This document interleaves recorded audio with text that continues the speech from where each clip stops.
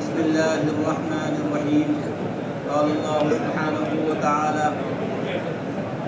أمن هو قانت آناء الليل ساجدا وقائما يحذر الآخرة ويرجو رحمة ربه قل هل يستوي الذين يعلمون والذين لا يعلمون إنما يتذكر أولو الألباب. وقال: كونوا ربانيين بما كنتم تعلمون الكتاب وبما كنتم تدرسون.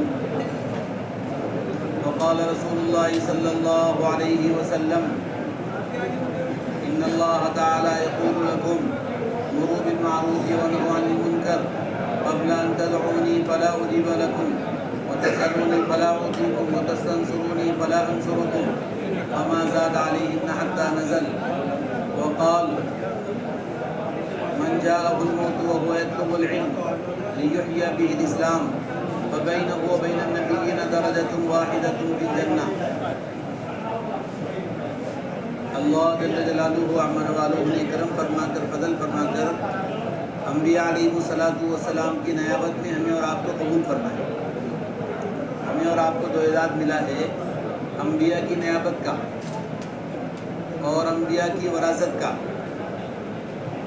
اور انبیاء کی طرف سے خلافت ملی ہوئی ہے. رحم اللہ خلفائی، آپ علیہ السلام نے فرمایا اللہ میرے خلفاء پر رحم فرما. من خلفاء ہو گیا رسول اللہ، آپ کے خلفاء کون ہیں؟ کہ علماء میرے خلفاء ہیں. الذین یرون احادیث، جو میری بات کو نقل کرنے والے ہیں، میری بات کو آگے پہنچانے والے ہیں، وہ میرے خلفاء ہیں. ہم اور آپ حضور پاک علیہ السلام کے خلفاء بھی ہیں اور اللہ نے بھی خلافت دے دی. انی جاعل فی الارض خلیفہ، اللہ نے مجھے اور آپ کو خلیفہ بنایا. حضور نے بھی خلافت دے دی، اللہ نے بھی خلافت دے دی اور وراثت بھی دے دی. العلماء ورثۃ الانبیاء.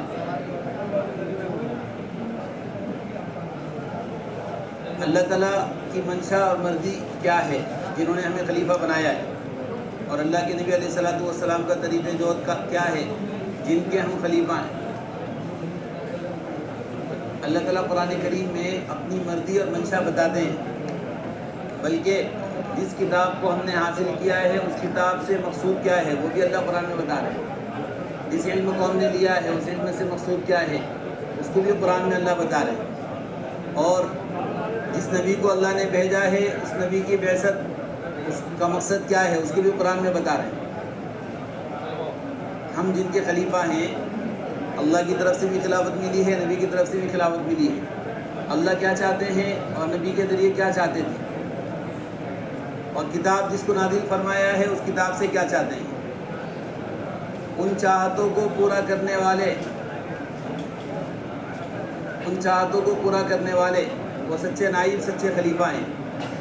قرآن میں اللہ فرماتے ہیں کتاب انزلناہ الیک اللہ ولی الذین آمنوا یخرجهم من الظلمات الی النور. اللہ ایمان والوں کو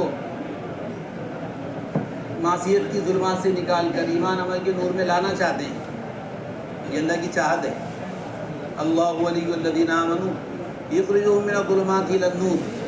اللہ ایمان والوں کو معصیت کی ظلمات سے نکال کر ایمان عمل کے نور میں لانا چاہتے ہیں، اور اسی مقصد کے لیے کتاب نازل کی اور اسی مقصد کے لیے نبی کو بھی بھیجا. کتاب انزلناہ الیک لتخرج الناس من الظلمات الی النور. اس آیت میں نبی کی بعثت اور کتاب کے نزول کا مقصد بتا دیا. کتاب انزلناہ الیک لتخرج الناس من الظلمات الی النور. ہم نے آپ کو جو کتاب دی ہے وہ انسانیت کو ظلمات سے نور پر لانے کے لیے دی. اس کتاب کے نزول کا مقصد ہی انسانیت کو ظلمات سے نور پر لانا ہے. اور نبی جی آپ کو کیوں بھیجا ہے؟ نبی آپ کو کیوں بھیجا ہے؟ آپ کو بھی بھیجا اس لیے ہے لِتُخْرِجَ النَّاسَ مِنَ الظُّلُمَاتِ إِلَى النُّورِ کہ آپ اس علم کے ذریعے، اس کتاب کے ذریعے انسانیت کو ظلمات سے نور پر لے آئے۔ آپ کو بھی بھیجا اسی لیے ہے، اور کتاب بھی نازل کی اسی لیے ہے تاکہ آپ اس کتاب کے ذریعے انسانیت کو ظلمات سے نور پر لائیں۔ اس لیے انبیاء علیہ السلام کی ساری زندگی انسانیت کے پیچھے اور انہیں ظلمات سے نور پر لانے کی کوشش میں۔ ہم اور آپ ان کے وارث، خلیفہ، نائب، ہماری اور آپ کی بھی یہ ذمہ داری ہے۔ اللہ نے علم دیا ہے، اس علم کو دینے کا مقصد ہی اللہ نے کتاب میں بتا دیا، قرآن میں بتا دیا، کتاب انزلناہ الیک لتخرج الناس من الظلمات الی النور۔ آپ کا مقصد، آپ کو بھی ہم نے کتاب دی ہے تاکہ آپ انسانیت کو ظلمات سے نور پر لے کر آئیں۔ ایک آیت میں اور وضاحت سے اللہ نے فرمایا یا ایھا الرسول بلغ ما انزل الیک من ربک۔ نبی جی جو علم و شریعت ہم آپ کو دے رہے ہیں وہ آپ اپنی ذات کی حد تک محدود نہیں رکھیں گے، بلغ، اسے آپ کو پہنچانا ہے۔ ما انزل، جو علم ہم دے سب کو پہنچانا ہے، کسی کو بچانے کی، کتمان کی، چھپانے کی، باقی رکھنے کی، اپنی ذات کی حد تک محدود رکھنے کی اور اپنے لیے مختص کرنے کی گنجائش نہیں ہے۔ سب کچھ کو پہنچانا آپ کی ذمہ داری ہے۔ ما انزل میں تو عموم ہے، جو شریعت، جو دین، جو علم ہم نے آپ کو دیا ہے بلغ، وہ سارا پہنچا، سارا پہنچا۔ یہود اور نصارہ نے تو علم کو اپنے ساتھ خاص کر لیا، اور یہود نے علم کو چھپا دیا، کچھ دیا کچھ چھپایا، اور نصارہ نے علم کو اپنے ساتھ خاص کر لیا، دیا ہی نہیں امت کو، اپنی ذات کی حد تک محدود کیا، دونوں گمراہی میں چلے۔ علماء انبیاء کے وارث ہیں۔ حضور پاک علیہ السلام نے اس علم و شریعت کو کیسے منتقل کیا ہے؟ اس علم و شریعت کو حضور پاک علیہ السلام نے کیسے منتقل کیا ہے؟ وہی طریقہ اور اسی ترتیب کے ساتھ ہمیں اور آپ کو اپنا علم منتقل کرنا ہے۔ یہ پہلا سال، دوسرا سال، سالانہ چلہ، 2 ماہ اور 4 ماہ اور خروج، یہ سارا اس علم کو انسانیت میں منتقل کرنے کے لیے ہے۔ اس علم کو انسانیت میں منتقل کرنے کے لیے، اپنی ذات سے لے کے سارے عالم میں یہ علم پہنچ جائے۔ اگر اپنے علاقوں میں خدمات انجام دینے کا جذبہ ہو، نفر کا جذبہ نہ ہو، اگر اپنے علاقے میں خدمات انجام دینے کا جذبہ ہو، نفر کا جذبہ نہ ہو، تو یہ علم امت میں نہیں پھیل سکتا۔ علم کو پھیلانے کے لیے اور پہنچانے کے لیے نفر ضروری ہے۔ اگر اس سے زیادہ سہولت کا، آسانی کا کوئی راستہ علم پہنچانے کا ہوتا تو انبیاء علیہ السلام کو وہ راستہ دیا جاتا۔ کوئی ایک نبی اور نبی کا کوئی ایک صحابی ایسا نہیں ملے گا جو نفرت سے پیچھے ہو۔ کوئی ایک نبی بھی نفرت سے پیچھے نہیں۔ پہلا سال، دوسرا سال جو نفر کرایا جا رہا ہے تو یہ انبیاء کی ترتیب پر لانے کے لیے ہے۔ انبیاء نے نفر کر کے ہی علم کو پہنچایا ہے، چل پھر کر علم کو پہنچایا ہے، اور جا کر علم پہنچایا ہے، اختلاط کے راستے علم پہنچایا ہے۔ مولانا علی میاں ندوی رحمۃ اللہ علیہ کا ایک بیان ہے کہ انبیاء علیہ السلام کے طریقے جہد میں ہر داعی کو غور کرنا چاہیے، طریقے دعوت میں ہر داعی کو غور کرنا چاہیے۔ انبیاء علیہ السلام نے کیا طریقہ اختیار فرمایا؟ اس لیے کہ انبیاء اللہ کی نگرانی میں اور اللہ کی مرضی کے مطابق، اللہ کی چاہت کے مطابق علم کو عوام میں منتقل کرنے کے فریضے کو انجام دیتے تھے۔ جس طرح اللہ چاہتا ہے اور جس ترتیب سے اللہ چاہتا ہے اس ترتیب سے اس طرح علم کو امت میں منتقل کرتے تھے انبیاء علیہ السلام۔ اللہ نے کہا تھا بلغ، آپ پہنچا دو، تو آپ نے پہنچا کر آخر میں اللہ کو بھی گواہ بنایا۔ آپ نے پہنچایا اور آخر میں اللہ کو بھی گواہ بنایا۔ حجۃ الوداع کے موقع پر آپ نے علم کو پہنچا کر اللہم اشہد فرمایا، سارا علم ہم پہنچا چکے۔ حضور پاک علیہ السلام اور سارے ہی انبیاء علیہ السلام اس علم کو امت میں منتقل کیسے کرتے تھے؟ طریقہ کار کیا تھا؟ طریقہ جہد کیا تھا؟ وہی طریقۂ جوہد ہمیں اور آپ کو اختیار کرنا ہے۔ اگر ہم نے کسی ایک شعبے پر اکتفا کر لیا، سوال پیدا ہوتا ہے طبیعت میں۔ نفر اصل اپنی ذات میں جوہد لیے ہوئے ہیں، نفر اپنی ذات میں جوہد لیے ہوئے ہے۔ سوال پیدا ہوتا ہے طبیعتوں میں کہ نفر کیوں؟ مشکل ہے، مجاہدہ ہے، جان لگانا ہے، مال لگانا ہے، نفر کیوں؟ علم پہنچانے کا تو اور بھی آسان راستہ ہے۔ طالب طلب لے کر آئیں گے اور ہم طالبین کو طلب کے وقت پہنچا دیں گے، طالب طلب لے کر آئیں گے اور ہم طالبین کو طلب کے وقت پہنچا دیں گے۔ نفر ہی کیوں ضروری ہے کہ جی طالبین کو طلب کے وقت پہنچانے پہ اکتفا کیا گیا تو امت کے بڑے حصے کے ارتداد پر صبر کرنا پڑے گا، امت کے بڑے حصے کے ارتداد پہ صبر کرنا پڑے گا۔ ارتداد حضور پاک علیہ الصلوۃ والسلام کی تعلیم کا طریقہ، آپ کے پاس تو لوگ دور دور سے ہجرت کر کے آتے تھے، مدینہ منورہ تو دارالہجرت تھا اور لوگوں کو آنا ضروری تھا۔ ایک مدت تک مدینہ کی طرف ہجرت فرض رہی ہے، ہر طالب علم کو مدینہ آنا ہے حضور کے پاس اور علم لے کر جانا ہے، اس میں کسی کی رعایت نہیں ہے، ہر طالب علم کو آنا ہے، علم لے کے جانا ہے۔ اس کے باوجود حضور پاک علیہ السلام کا نفر ہے، طلبہ طلب لے کے آ رہے ہیں، مدینہ منورہ ہجرت فرض ہے، اس کے باوجود حضور پاک علیہ السلام کا نفر ہے، اور ایک بار نہیں بار بار نفر ہے۔ مدینہ منورہ کے زمانے میں، مکہ مکرمہ میں نفر اور خروج اور محنت تو سمجھ میں آتی ہے۔ مدینہ کا زمانہ جس میں جو اس زمانے میں جس زمانے میں ہم اور آپ ہیں، علم کے لینے دینے کی شکلیں قائم ہیں، لوگوں میں کچھ طلب شوق رغبت ہے اور مدینہ کی سی فضا بنی ہوئی ہے، اس وقت نفر، اس وقت بھی نفر ضروری ہے۔ صرف مدینہ کا مکہ والی فضا ہو اور مکہ والا ماحول ہو تو نفر ہوگا کہ جب مدینہ کی فضا بن جائے کہ نفر کر کیا جائے گا، ایسا نہیں ہوگا کہ چاہے مدینہ والی مکہ والی فضا ہو تب بھی نفر ہوگا، مدینہ والی فضا ہو تب بھی نفر ہوگا۔ لیکن دونوں زمانے کے نفر میں اور محنت کے طریقے میں تھوڑا سا فرق ہے، لیکن محنت چلتی رہے گی، محنت موقوف نہیں ہوگی کہ اب طالبین آ رہے ہیں اور مسجد میں لوگ مصلی آ رہے ہیں اور مدرسے میں طلبہ آ رہے ہیں اور لوگوں میں شوق رغبت طلب ہے کہ اب نفر کو موقوف کیا جائے کہ نہیں، موقوف نہیں کیا جائے، نفر جاری رہے۔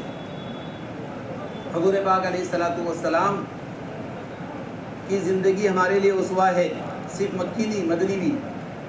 مدنی زندگی میں آپ علیہ الصلوۃ والسلام کے روزانہ کی ملاقاتیں، روزانہ کا مشورہ، روزانہ کا گشت، روزانہ کی محنت، روزانہ کی ترتیب مدینہ میں قائم ہے، روزانہ کا مقامی سارا کام۔ اصل ہم اصطلاحات میں تعبیرات میں الجھ کے رہ گئے کہ جی گشت، یہ تعبیر حضور کے زمانے میں ملتی نظر نہیں آتی کہ جی پہلا گشت، دوسرا گشت، سہرودا، دیہاتوں میں جانا، لوگوں سے ملاقات کرنا اور مسجد، یہ تعبیرات نہیں ملتی ہے، تعبیرات سے دھوکہ کھا گئے۔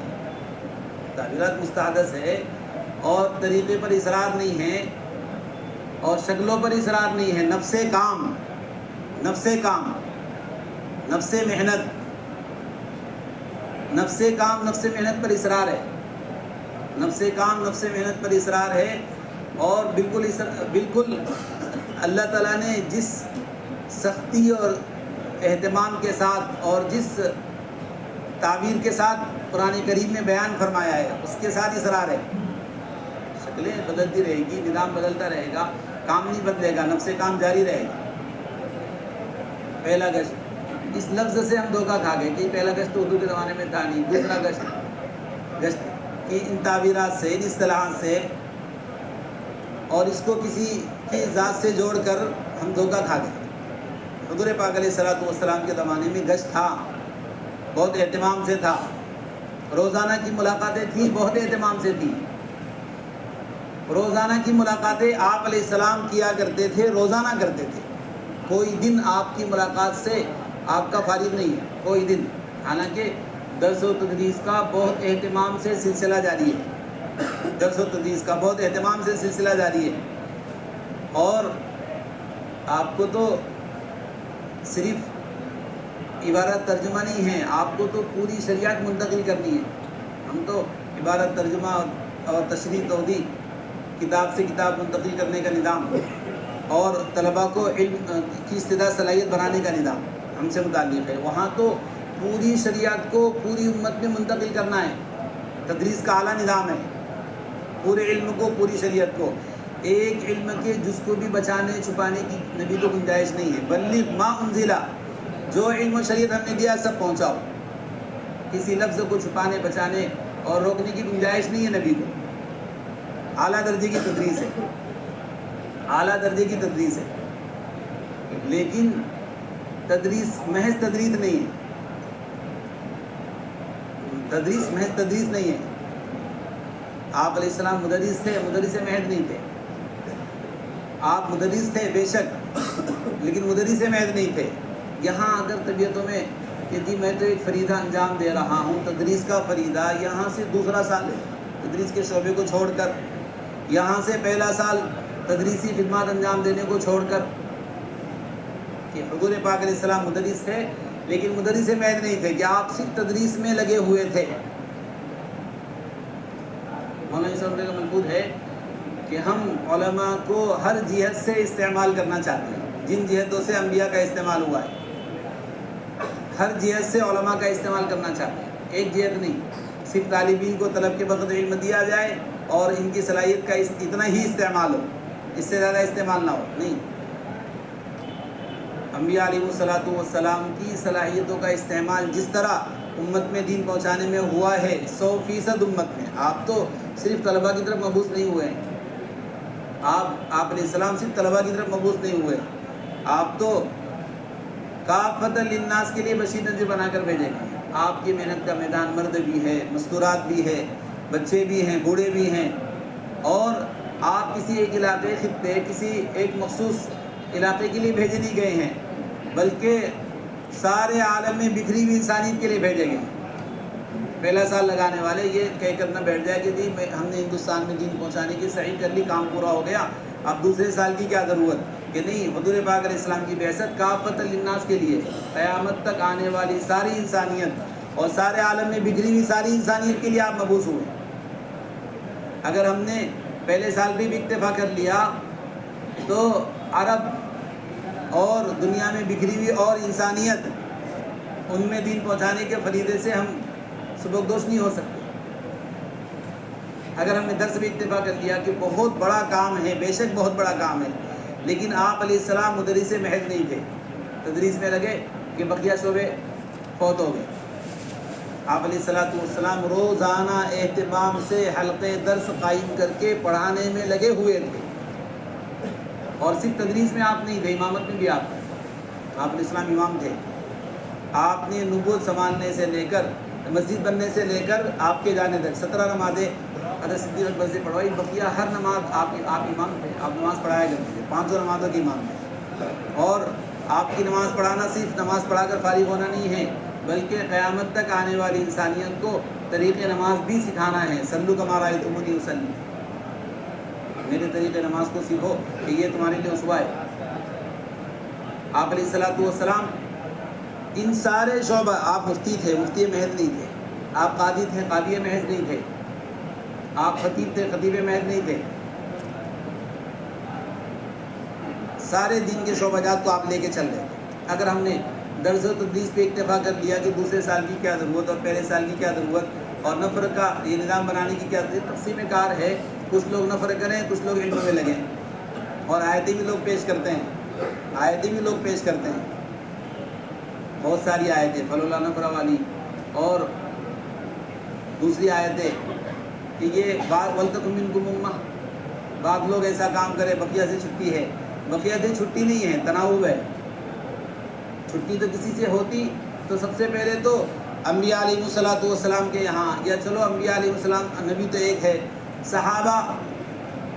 صحابہ میں یہ نظام قائم کیا جاتا، سارے علماء صحابہ آپ کو نفر میں نظر آئیں گے، سارے علماء صاحب، ایک بھی صفہ کا متعلم صحابی ایسا نہیں ہے جو میدان میں نہ ہو، ایک متعلم صحابی۔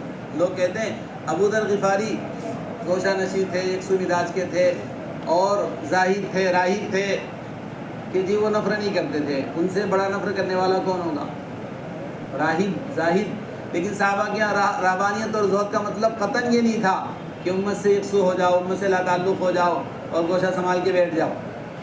صحابہ کے رہبانیت اور زہد کا قطعاً مطلب یہ نہیں تھا کہ گوشہ نشی ہو جانا اور یکسو ہو جانا، اپنی ذات میں گم ہو جانا، اپنی ذات کی حد تک محدود ہو جانا، یہ مطلب نہیں تھا، بلکہ ایک صحابی نے یہ مطلب لینا چاہا، آ کر باقاعدہ حضور پاک علیہ السلام سے چاہا کہ مجھے اجازت مل جائے میں کسی پہاڑ کی کوہ میں یکسو ہو کر اللہ کی عبادت میں مختص ہو جاؤں، اپنی عبادت، اپنی بندگی، اپنی اطاعت، اپنے قرب کے اعمال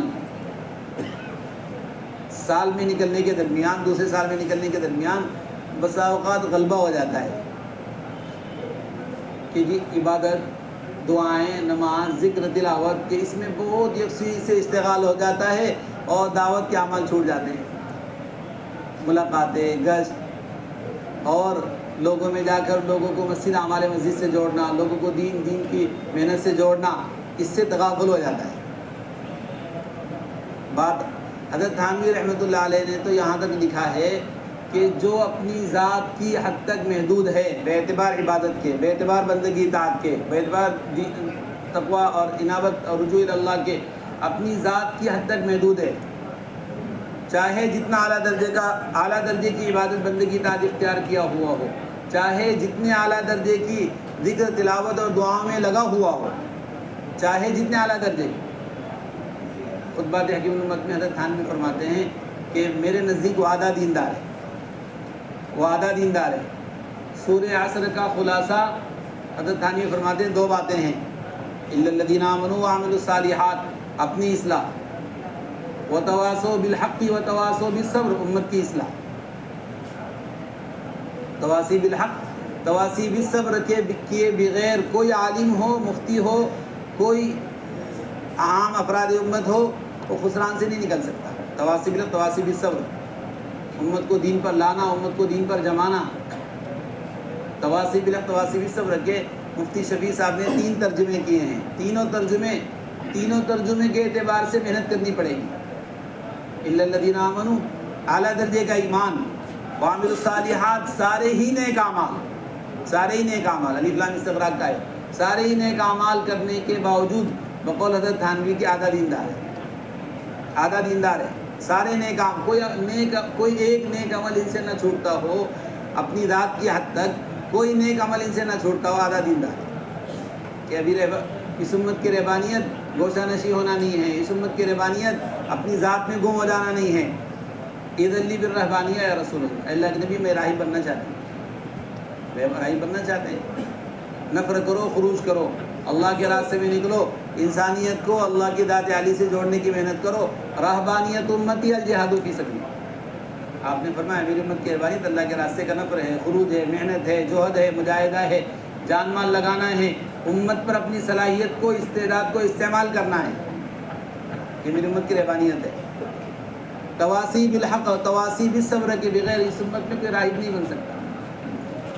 تواصی بالحق، تواصی بالصبر کے بغیر اس امت میں کوئی کامل نہیں ہو سکتا۔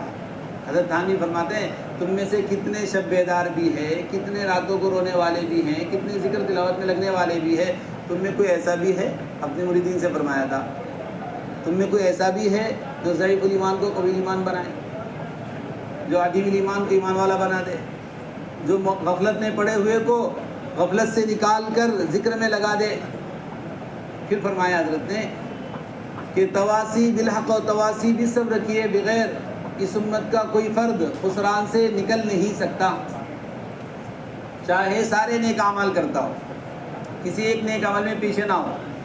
تواصی بالحق، تواصی بالصبر کی عملی شکل کو وجود میں لانے کے لیے یہ نفر ہے، پہلا سال، دوسرا سال اور چھوٹا بڑا فروج، یہ تواصی بالحق، تواصی بالصبر کی عملی شکل کو وجود میں لانے کے لیے تواصی بالحق، تواصی بالصبر کے 3 ترجمے کیے ہیں: امت کو ایمان پر لانا، امت کو اعمال پر لانا۔ کوئی فرد اس امت کا ایمان پر آنے کے باوجود اور سارے نیک اعمال پر آنے کے باوجود خسران سے نکل نہیں سکتا جب تک کہ امت کو ایمان پر لانے کے لیے ان میں محنت نہ کرے اور امت کو عمل پر لانے کے لیے ان پہ محنت نہ کرے، چاہے یہ اعلیٰ درجے کا ایمان والا ہو اور چاہے اعلیٰ درجے کے نیک اعمال کرنے والا ہو، اس وقت تک یہ ایمان میں کامل بھی نہیں ہو سکتا جب تک کہ یہ لوگوں کو ایمان پر لانے کی محنت نہ کرے اور لوگوں کو اعمال پر لانے کی محنت نہ کرے۔ چاہے اعلیٰ درجے کا ایمان والا اپنے آپ کو سمجھ رہا ہو، چاہے اعلیٰ درجے کے ایمان والا اپنے آپ کو سمجھ رہا ہو، اس کی سمجھ سے کام نہیں چلے گا، اس کی اپنی سمجھ سے بھی کام نہیں چلے گا، اور کوئی اور بھی سمجھے اس سے بھی کام نہیں چلے گا۔ جبریل امین نے بھی سمجھا تھا کہ یہ بہت نیک اللہ والا، عبادت گزار، تہجد گزار، اس سے کوئی نیک عمل فوت نہیں ہوتا ہے، اس کی تو سفارش لگا دو اللہ کے دربار میں۔ جا کے شہادت دی ہے، لم یعصی کا طرفۃ عین قطو، اے اللہ تیرا یہ بندہ پلک جھپکنے کے برابر کوئی نافرمانی نہیں کیا۔ اور جبریل نے یوں ہی شہادت نہیں دی ہوگی، جس زمین پر اس کا عمل ہوا ہے اس زمین سے پوچھا ہوگا، جس آسمان سے اس کی نیکیاں گزری ہے اس آسمان سے بھی پوچھا ہوگا، نیکیاں لکھنے والے فرشتوں سے بھی تحقیق کی ہوگی۔ اللہ کے دربار میں شہادت دینی ہے، اللہ کے دربار میں شہادت دینی ہے تو نیکیاں لکھنے والے فرشتوں سے، گناہ لکھنے والے فرشتوں سے بھی تحقیق کی ہوگی۔ ساری تحقیق جستجو کے بعد جبرائیل کے اپنے علم میں کہ اس سے کوئی عصیان صادر نہیں ہوا ہے، پھر جا کر اللہ سے کہا اے اللہ اس بستی کو کیسے ہلاک کرے، ان فی عبدک فلانا لم یعصی کا طرفۃ عین قط، تیرے بندوں میں ایک بندہ ہے جس نے پلک جھپکنے کے برابر نافرمانی نہیں کی۔ جبرائیل اس کے دعوت اللہ کے چھوڑنے کو عصیان نہیں شمار کرتا، لم یعصی کا کوئی نافرمانی اس سے صادر نہیں ہوئی ہے، اس لیے اس کو تو معاف کر دیا جائے، یا بستی سے عذاب ہٹانے کا فیصلہ اس بزرگ کی برکت سے کیا جائے، بستی سے عذاب ہٹ جائے یا کم سے کم اس بزرگ سے عذاب ہٹ جائے۔ سفارش لے کے جبرائیل امین پہنچے تھے، پھر اللہ نے اس عصیان کی طرف متوجہ کیا، جبرائیل بے شک عبادت بندگی اطاعت میں کوئی کمی نہیں ہے، لیکن ایک ایسا عصیان ہے جسے تم عصیان شمار نہیں کر رہے، وہ عصیان ہے فَإِنَّ وَجْهَهُ لَمْ يَتَمَعَّرْ فِيهَا سَاعَةً قَطُّ، یہ اپنی ذات میں ڈوبا رہا، اپنی ذات میں مستغرق رہا، اپنی ذات سے باہر نہیں نکلا، اپنی ذات میں بے شک ایمان عمل پر اعلیٰ درجے کے تھا، لیکن امت کے ایمان عمل سے نگاہیں بند کر لینا، تواصی بالحق تواصی بالصبر سے نگاہیں ہٹا لینا، یہ بڑا عصیان ہے۔ امت میں تواصی بالحق تواصی بالصبر سے نگاہیں بند کر لینا اتنا بڑا عصیان ہے کہ آسمانی ان بلاؤں سے اسے بچایا نہیں جائے گا۔ ایسے ہی نہیں، قیامت تک کوئی بھی ایسا ہوگا جو اپنی ذات میں گم ہے اور امت سے نگاہیں ہٹا چکا، اپنی ذات میں ڈوبا ہوا ہے، اپنی ذات میں مستغرق ہے، اپنی ذات سے سارے نیک اعمال انجام دے رہا ہے، امت سے نگاہیں پھیر چکا ہے، وہ معاف نہیں کیا جائے، اسے معاف نہیں کیا جائے۔ آپ علیہ السلام نے اس بات کو کہنے کے لیے بہت اہتمام فرمایا۔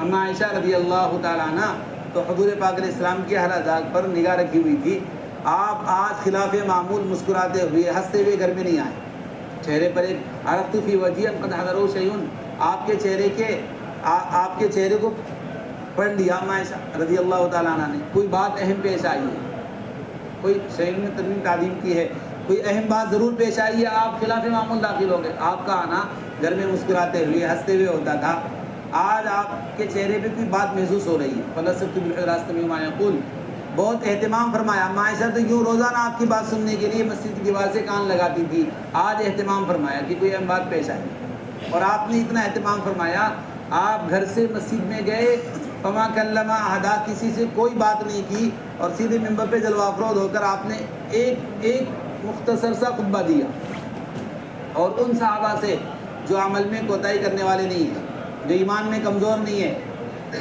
عمل اور ایمان میں مضبوط ہے، ان سے کہا تھا، اور یہی کہا کہ چاہے ایمان اعلیٰ درجے کا ہو، عمل اعلیٰ درجے کا ہو، اگر دعوت اللہ کا فریضہ انجام نہیں دے رہے، تواصی بالصبر نہیں ہے، تواصی بالصبر نہیں ہے، تو اللہ کی پکڑ سے بچائے نہیں جاؤ گے، اللہ کی مدد کا استحقاق تمہیں نہیں ہوگا، اللہ کی نصرت کے مستحق تم نہیں بنو گے۔ اتنی بات آپ نے فرمائی۔ ان اللہ تعالی یقول لکم مروا بالمعروف ونہوا عن المنکر، ہم تو اسی جھگڑے میں الجھے ہوئے، فرض عینی کے پردے کی پایا ہے، اور کرنا ہے کیا نہیں کرنا ہے، اور کتنی مدت میں کرنا کتنی مدت میں نہیں کرنا ہے، اور کب کرنا ہے اور کب چھوڑنا ہے اسی جھگڑے میں الجھے ہوئے ہیں۔ یہاں حضور پاک علیہ السلام اعلیٰ درجے کے ایمان والوں کو، اعلیٰ درجے کے اعمال صالحہ والوں کو، جن سے کوئی عمل کبھی فوت نہیں ہوا، ہم تو فرائض کو ادا کرنے میں مشغول ہیں، واجب اور واجبات کو اہتمام سے ادا کرتے ہیں، سنت اور نوافل کہ جی بہت زیادہ علمی مشغولیت ہے، بہت زیادہ تقاضے ہیں اور بہت ہی زیادہ تقاضے جڑے ہوئے ہیں، علاقوں کے ذمہ داران اہم تقاضوں میں لگے ہوئے ہیں، اس لیے عشاء کی 17 رکعت نہیں پڑھ پائیں گے کہ جی 7 ہی رکعت پڑھ لو یا 9 رکعت پہ اکتفا کر لو، کہ علماء طلبہ کہ انہیں درس و تدریس کی مشاغل ہیں، انہیں بھی 17 رکعت سے معاف کر دیا جائے، 7 یا 9 پہ اکتفا کیا تھا۔ ہم نے اپنے صفحہ کے طلباء سے پوچھا کہ کتنے رکعت 17 رکعت کسی نے پڑھی، ایک نے بھی ہاتھ نہیں اٹھایا۔ ان کا کیا بات ہے، کیا بات ہے، کیوں نہیں پڑھی 17 رکعت؟ تعلیم و تعلم میں مشغولیت کی وجہ سے 17 رکعت نہیں پڑھی۔ سنت ہم نے بنایا نا، مستحب ہم نے بنایا ہے، درجے ہم نے دیے ہیں، حضور نے تو درجے نہیں دیے تھے، حضور نے صحابہ نے بھی درجے نہیں دیے تھے، صحابہ نے تو حضور کو کرتے دیکھا تھا، کر لیا تھا، اس لیے ایک صحابی بھی ایسا نہیں ہوگا جو 17 رکعت سے پیچھے رہ جائے۔ اور کیسے پیچھے رہیں گے؟ یبیتون لربہم سجدا و قیاما، صحابہ کی صفت کو قرآن بیان کر رہا ہے، تتجافی جنوبہم عن المضاجع یدعون ربہم خوفا وطمعا، صحابہ کی صفت کو قرآن بیان کر رہا ہے، تو وہ صحابہ 17 سے پیچھے رہ جائیں، ایسا ممکن ہی نہیں ہے، سوچا بھی نہیں جا سکتا۔ سنت، مستحب، مباح، مندوب، اور یہ سارے درجے تو ہم نے بنائے، 150 سال بعد بنائے ہیں، ورنہ صحابہ کے یہاں حضور کو کرتے دیکھا کرنا ہے۔ 17 رکعت میں میرا اپنا خیال یہ ہے کوئی ایک صحابی پیچھے نہیں رہتا ہوگا، کوئی ایک صحابی، باقاعدہ ایک صحابی نے شکایت کی حضور پاک علیہ السلام کے یہاں آ کر کہ فلاں صاحب نماز نہیں پڑھتے ہیں، فلاں صاحب نماز نہیں پڑھتے، بلایا گیا، کیا بات نماز نہیں پڑھتے؟ کہ نماز تو پڑھتا ہوں، نماز تو پڑھتا ہوں۔ پھر فلاں صاحب شکایت کر رہے ہیں کہ جی یہ تو نماز پڑھتے ہیں جی تہجد نہیں پڑھتے۔ صحابہ کے زمانے میں تہجد کی نماز نہ پڑھنے کو اتنا بڑا جرم سمجھا جاتا تھا، تو وہ 17 رکعت سے پیچھے رہ جائیں تصور نہیں کیا جا سکتا۔ پر نماز تو بے شک یہ پڑھتا ہے، تہجد نہیں پڑھتا ہے۔ اس کی شکایت لے کر ایک صحابی حضور کے دربار میں پہنچے تھے کہ یہ تہجد نہیں پڑھتا، 17 رکعت میں پیچھے رہ جائے جو مطلب نہیں تھا، تقاضے، مشغولیات، آدھار جو بھی ہوں، بہرحال حضور پاک علیہ السلام کے 100% صحابہ عمل میں مضبوط، عبادت میں مضبوط، تعلق مع اللہ میں مضبوط، اپنے انفرادی اجتماعی سارے اعمال میں مضبوط، ان سے آپ فرما رہے ہیں ان اللہ تعالی یقول لکم، اللہ تم سے یہ کہہ رہا ہے مروا بالمعروف ونہوا عن المنکر، اچھی باتوں کا حکم کیا کرو، بری باتوں سے منع کیا کرو۔ اگر تم نے یہ فریضہ انجام نہیں دیا، بقیہ سارے فرائض انجام دیے، عبادت کے، بندگی اطاعت کے، رات کے قیام کے، ذکر کے، تلاوت کے، دعاؤں کے، سارے فرائض انجام دیے، اگر اس فریضے میں کوتاہی کی، مروا بالمعروف ونہوا عن المنکر، اچھی باتوں کا حکم کرو، بری باتوں سے منع کرو، اگر اس فریضے کو تم نے چھوڑ دیا یا اس میں کوتاہی کی، تم دعائیں مانگو گے، ہم دعائیں قبول نہیں کریں۔ میری ذات سے، میری ذات پر یہ فرض عین ہے میری دعاؤں کو قبول کرانے کے لیے، میری ذات پر اچھی باتوں کا حکم کرنا فرض عین ہے، میری ذات پر فرض ہے میری اپنی دعاؤں کو اللہ کے ہاں قبول کرانے کے لیے، میری ذات پر امت کو برائی سے روکنا فرض عین ہے میری اپنی دعاؤں کو قبول کرانے کے لیے، اور مجھے اپنے ذات سے اللہ کی نصرت کا مستحق بننے کے لیے، اور اللہ کی طرف سے آنے والے مصائب اور عذاب اور ابتلاءات سے اپنے آپ کو بچانے کے لیے، میرے اپنے کو نصرت چاہتے ہو، مدد چاہتے ہو، دعاؤں کی اجابت چاہتے ہو، ساری رات نماز پڑھ کر دعاؤں کی اجابت نہیں ملے گی اگر دعوت اللہ چھوڑو گے۔ میری ذات، میری اپنی دعاؤں کو قبول کرانے کے لیے میرے اوپر فرض ہے کہ میں دعوت اللہ کے فریضے کو انجام دوں۔ دعوت کا فریضہ گرچہ دوسروں پر محنت کا رخ ہے، لیکن میرا اپنا مسئلہ ہے جسے حل کیا جائے۔ جو دعوت کی محنت اس رخ سے لگے ہوئے ہیں کہ جی امت کو دین پر لانا ہے، تو وہ جہاں دینی شکلیں نظر آتی ہے وہاں کمزور پڑ جاتے ہیں، جہاں اجتماع ہو رہا ہے، جوڑ ہو رہا ہے اور بڑا مجمع جمع ہے اور لوگ آ رہے ہیں، جماعتیں نکل رہی ہے، تو وہاں کمزور پڑ جاتے ہیں کہ جی اب تو ماشاءاللہ خوب نفر و خروج ہے، خوب دین پر لوگ آ رہے ہیں، جا رہے ہیں، اب تو میرا کام پورا ہو گیا۔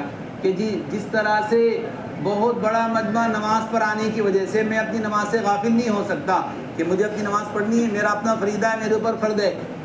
میں اپنی ذات سے امت کا 100% مجمع بھی نماز پر آ جائے، میں اپنی نماز سے صبح گوش نہیں ہو سکتا، مجھے اپنی نماز پڑھنی ہے۔ ایسے ہی دعوت اللہ کا فریضہ میری ذات کے لیے ہے، میری ذات پر فرض ہے۔ میری دعائیں اس وقت تک قبول نہیں ہوگی جب تک میں امر معروف نہی منکر کو انجام نہیں دوں گا، میری ذات پر فرض ہے۔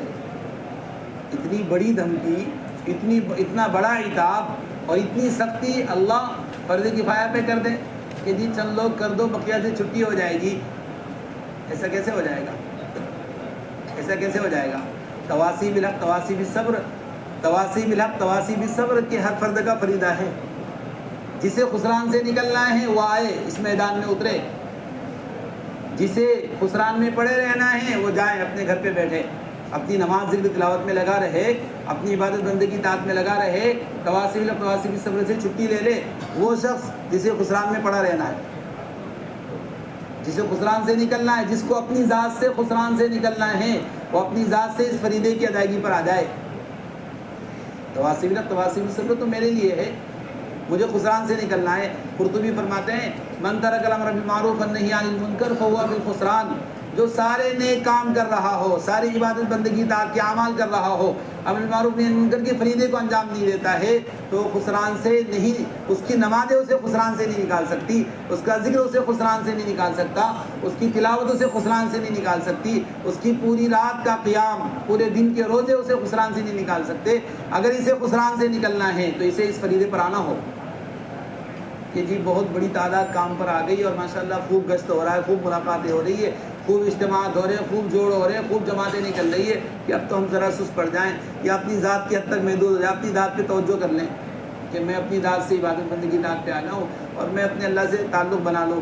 اللہ سے تعلق بنایا نہیں جا سکتا، اللہ سے قرب حاصل نہیں کیا جا سکتا دعوت اللہ کو چھوڑ کر، اللہ سے تعلق نہیں بنایا جا سکتا دعوت اللہ کو چھوڑ کر۔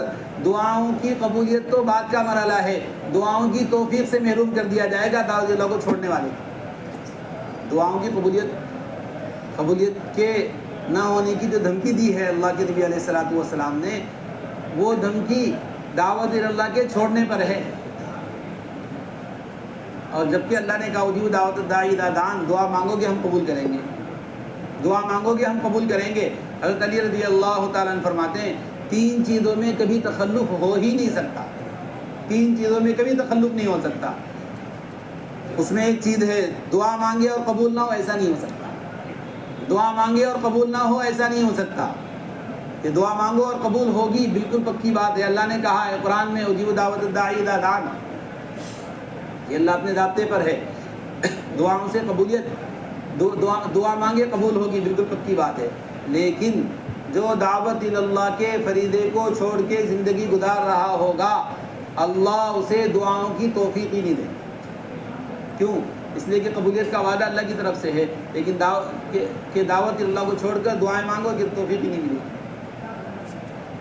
توفیق نہیں ملے گی۔ کیسے توفیق نہیں ملے گی؟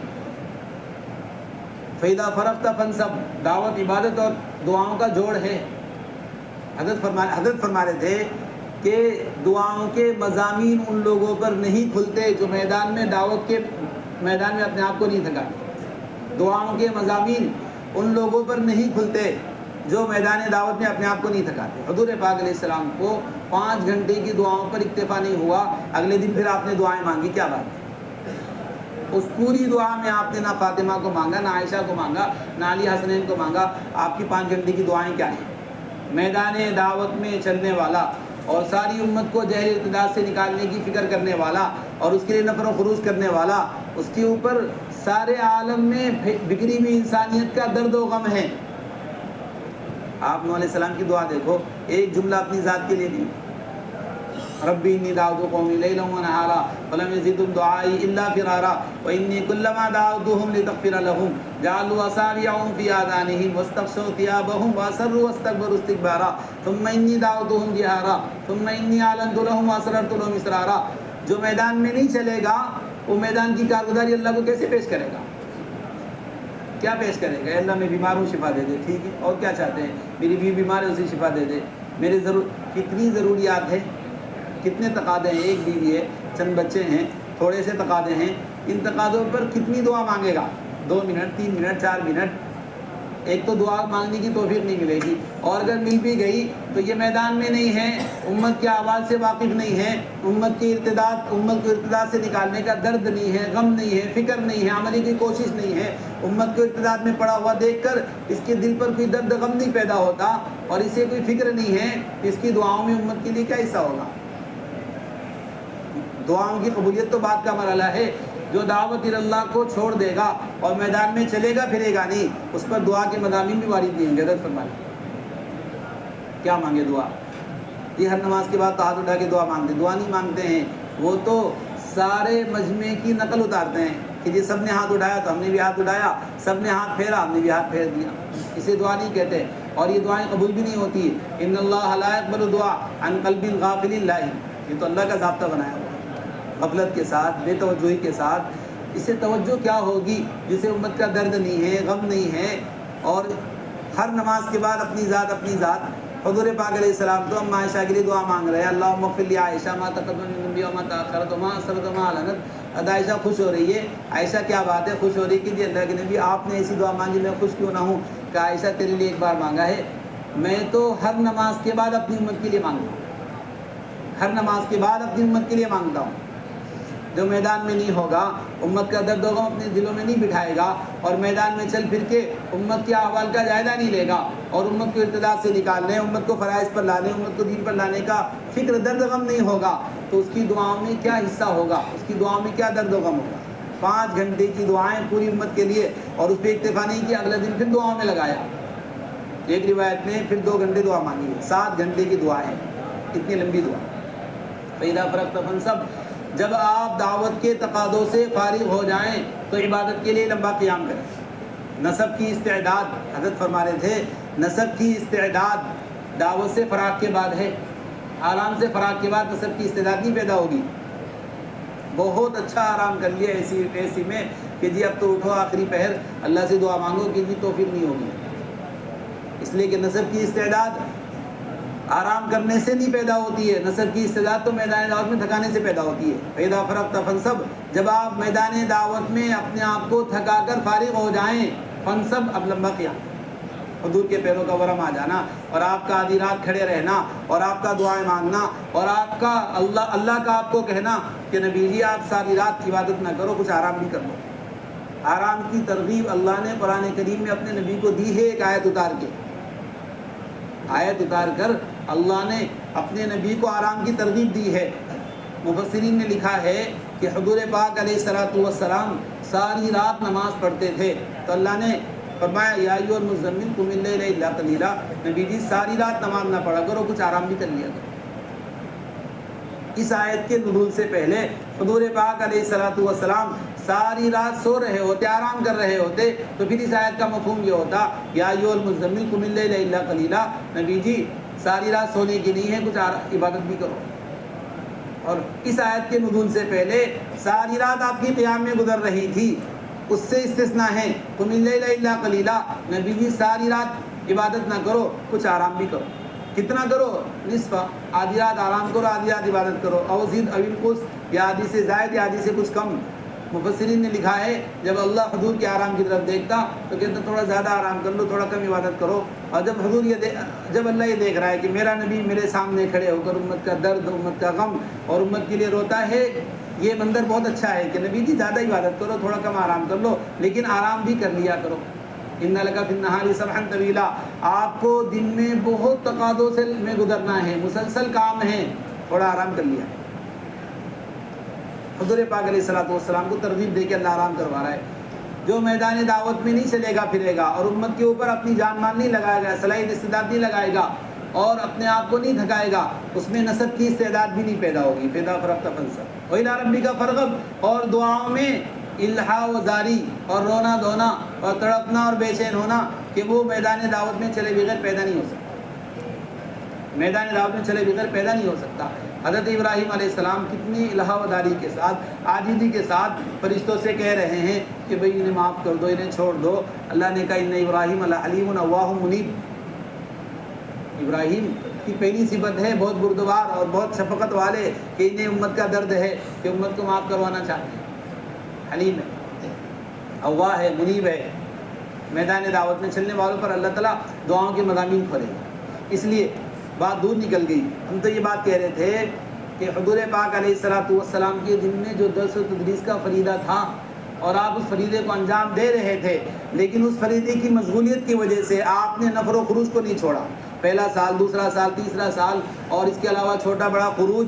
یہ خروج ہر عالم کی ذمہ داری ہے، ہر عالم کی ذمہ داری ہے کہ جی تحدید پہلے سال، دوسرے سال، تیسرے سال سے اس تحدید سے اور اس اصطلاح سے دھوکہ نہ کھا لیں. یہ تحدید اور اصطلاح کہ یہ تو استعداد پیدا کرنے کے لیے ہے تاکہ اس پر آ جائیں پھر آگے کی بات کہی جائے، اتنے پر آ جائے پھر آگے کی بات کہی جائے گی. ورنہ تو صحابہ سے قبریں بنانے کی بات کہی گئی. میدان میں اترو، جاؤ قبر بناؤ. یا تو اللہ کا دین زندہ ہوگا یا ہم اس راہ میں اپنی قبر بنائیں گے. سید العلماء معاذ بن جبل رضی اللہ تعالیٰ عنہ تنہا نہیں، اپنی 2 بیویوں کے ساتھ اور اپنے بیٹے کے ساتھ میدان میں مدفون ہیں. کل قیامت کے دن ہم اور آپ ان کے جھنڈے تلے جمع ہوں گے اور ہم اور آپ ان کے پیچھے چلیں گے اور وہ پہلی صف کے آدمی اور انہی کے پیچھے ہم کو چلنا ہے قیامت کے دن. اور وہ اپنی 2 بیویوں کے ساتھ، اپنے بچے کے ساتھ خود بھی اپنی قبر بنائے ہوئے ہیں اور قیامت تک آنے والے علماء کو بتا رہے ہیں کہ علماء کا نفر اس طرح ہوتا ہے. پہلا سال، دوسرا سال تو یہ مجبوری ہے کہ اس سے اتنی استعداد ابھی ہے کہ اتنا ہی کہا جائے. آگے کی استعداد پیدا ہوگی ان چھوٹے موٹے خروجوں سے. ورنہ صحابہ کا نفر تو پورے علم کو، پورے دین کو زندہ کرنے کے لیے تھا. اس لیے حضور پاک علیہ الصلوۃ والسلام کا کوئی ایک صحابی آپ نہیں بتا سکتے جو نفر میں پیچھے رہ جائے. ابو ذر غفاری جنہیں زاہد اور راہب کہا جاتا ہے، اس امت کے عیسیٰ علیہ السلام کی شباہت ان میں تھی.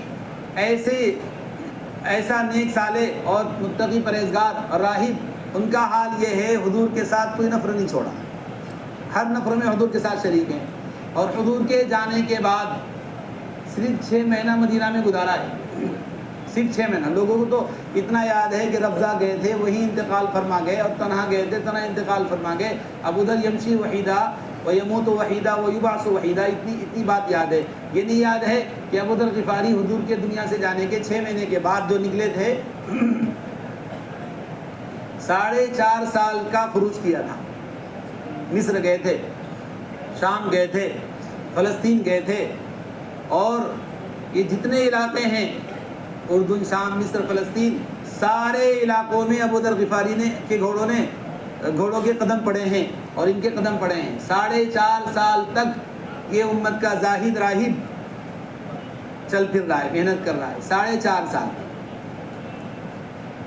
اور یہی تنہا نہیں، حضور کے جانے کے بعد جتنے بڑے بڑے علماء ہیں، عبداللہ ابن عمر ہوں یا معاذ بن جبل ہوں یا شرابیل ابن حسنہ ہوں یا حضرت ابو بکر کے بیٹے عبدالرحمن ابن ابو بکر ہوں یا حضرت عمر کے بیٹے عبداللہ ابن عمر ہوں یا حضرت عثمان کے بیٹے ابان ابن عثمان ہوں یا حضرت علی کے تو بیٹے چھوٹے تھے، حضرت علی کے بھتیجے جعفر کے بیٹے عبداللہ ابن جعفر ہوں، اور اس کے علاوہ کبار علماء رئیس المحدثین ابو ہریرہ جن کے پیچھے ہمیں کھڑا ہونا ہے قیامت کے دن، وہ بھی اس نفر میں شریک ہے. 46,000 صحابہ اور تابعین، جس میں سے 44,000 صحابہ تھے مرد اور 2,000 مستورات تھی. 46,000 کی جماعت بنی تھی جس کو صدیق اکبر رضی اللہ تعالیٰ عنہ نے مدینہ سے روانہ فرمایا تھا. اور یہ جماعت کام کرتے کرتے کرتے کرتے حضرت صدیق اکبر رضی اللہ تعالیٰ عنہ کے انتقال کی خبر اس وقت ملی جب یہ ایک علاقے میں ایک قلعے کا محاصرہ کیے ہوئے، شاید حمص کے قلعے کا محاصرہ کیے ہوئے تھے. اس وقت خبر ملی کہ حضرت صدیق اکبر جا چکے ہیں. جماعت واپس نہیں ہوئی، ابھی چل رہی ہے. اس میں کبار علماء، کبار مشائخ اور سارے حضرات ہیں، بڑے بڑے صحابہ، اور جماعت چل رہی. 4.5 سال بعد وہ جماعت لوٹی ہے، پورے مصر، شام، فلسطین میں اللہ کا دین زندہ کر کے، اللہ کا کلمہ بلند کر کے اور اللہ کی بڑائی عظمت کا سکہ جما کے جماعت لوٹی ہے. 4.5 سال فتوح شام میں علامہ واقعی رحمۃ اللہ نے پوری تفصیل سے لکھا ہے. اس میں ابو ذر غفاری بھی ہیں، 4.5 سال نفر کرنے والے. ان کا یہ نفر کا زمانہ لوگوں کو یاد نہیں ہے کہ جی وہ تو ایک سو تھے، گوشہ نشیں تھے. ایک صفہ کا طالب علم، ایک مدینہ کا صحابی آپ کو ایسا نہیں ملے گا جو نفر و خروج میں اور اللہ کے راستے میں جانے میں پیچھے رہے. عبادت میں تفاوت ہے، انفاق میں تفاوت، عبادت میں تفاوت ہے، اور ان کے ریاضت اور مجاہدوں میں تفاوت ہے، اور ان کے دیگر چیزوں میں تفاوت ملے گا، نفر میں تفاوت نہیں ہے۔ ہر صحابی نفر پر ہے، ہر صحابی خروج پر ہے، عالم صحابی، علماء صحابہ سارے کے سارے، علماء صحابہ سارے کے سارے نفر و خروج پر ہے، محنت پر ہے۔ اس لیے ہمارے دن میں جتنے دینی شعبہ جات ہے وہ سارے دینی شعبہ جات حضور پاک علیہ السلام کے دن میں تھے، اور ہم حضور کے نائب ہونے کی حیثیت سے وہ سارے شعبہ جات اپنے دن میں رکھیں گے۔ درس و تدریس سے استعفا نہیں ہے، اور اس سے استغنا نہیں ہے، اور اس سے فراغ نہیں ہے کہ جی چھٹی ہوگی اب تو میدان میں اترو کام کرو، کہ نہیں، درس و تدریس کا سلسلہ جاری رہے گا، لیکن ساتھ میں دعوت اللہ کے فریضے کو انجام دینے کے لیے نفر جاری رہے گا، کہ امت میں جان آنے کا سلسلہ جاری رہے گا، مقام کی ساری محنت جاری رہے گی، کوئی محنت سے درس و تدریس مانے نہیں ہے، کوئی محنت سے۔ حضور پاک علیہ السلام مدینہ منورہ میں درس و تدریس کے تقاضوں کے ساتھ مقام کی ساری محنت، آپ کا گشت ہو رہا ہے، پہلا گشت بھی ہو رہا ہے، دوسرا گشت بھی ہو رہا ہے۔ اگر ہم ان تعبیروں کو یہاں استعمال کریں تو لوگ کہیں گے بھی پہلا گشت دوسرا گشت، کہ جی بے شک یہ تعبیر مستحدث ہے، حضور کا گشت ہو رہا ہے۔ آپ مدینہ کی ہر مسجد میں روزانہ جاتے تھے، کبھی کسی مسجد میں، کبھی کسی مسجد میں، کبھی کسی مسجد میں، اور اسے گشت سے تعبیر کرنے میں ہمیں کوئی ادنا تردد نہیں ہے۔ بخاری کی روایت میں ہے آپ علیہ السلام کا جانا زیارت الانصار کے لیے ہوتا تھا، انصار کی ملاقات کے لیے ہوتا تھا، ہمارا گشت ملاقات کے لیے، ہمارا گشت ٹھیک ہے۔ جب آپ مسجد میں جاتے تھے تو سارے مسجد کے مصلی مسجد میں موجود ہوتے تھے، آپ کو گشت کر کے لانا نہیں پڑتا تھا۔ ہاں، جہاں آپ گئے اور آپ کی مسجد کا کوئی مصلی غائب رہا، حضور پاک علیہ السلام نے جماعت بنا کے بھیجی۔ آپ ایک مسجد میں گئے، ایک صحابی غائب تھے، آپ نے کہا فلاں کہاں ہے، کہ جی ہے نہیں، جاؤ بلا کے لاؤ، ایک جماعت بنا کے بھیجا۔ آج بھی اگر ہمارے علاقوں میں محنت کرتے کرتے ماحول ایسا بن جائے کہ سارے مسجد میں مصلی آ جائیں تو ٹھیک ہے، ہم گشت نہیں کریں گے، ہم بیچ میں درمیانی بات کر کے ان کو سمجھا بجھا کے ان عظیمت اور عبادت اور بندگی داد پر لانے کی کوشش کریں گے، لیکن گشت چھوڑا نہیں جائے گا، محنت چھوڑی نہیں جائے گی۔ حضور کی ساری مقامی محنتیں ہیں، دیہاتوں میں آپ کا جانا آنا، علماء دیہاتوں میں بھی جائیں گے، دیہات والوں کا اپنے پاس بلائیں گے، مقام کی ساری محنت، یہ سارا علماء کے دن میں فریضہ ہے، ذمہ داری ہے، کام ہے۔ کسی عالم کو اس سے فارغ نہیں کیا گیا، کسی عالم کو اس میں رعایت نہیں کی گئی، اس لیے ساری محنتیں ہم سے متعلق ہیں۔ ہمارا دوسرے سال میں جانا، ہمارا پہلے سال میں جانا، ہمارا تیسرے سال میں جانا، اور ہمارا چھوٹے موٹے خروج میں جانا، یہ سارا کا سارا حضور پاک علیہ السلام کی نقل میں ہے اور حضور کی نیابت میں ہے، اور اللہ کی طرف سے جو خلافت اور نیابت ملی ہے اس کی ذمہ داری کی ادائیگی میں۔ اس لیے پورے انشراح کے ساتھ، بصیرت کے ساتھ، اپنی ذات سے لے کے سارے عالم میں اللہ کا دین زندہ ہو، اس کے لیے مقامی محنت بھی، خروج بھی کرتے رہیں گے موت تک انشاءاللہ۔ اللہ آسان کرے۔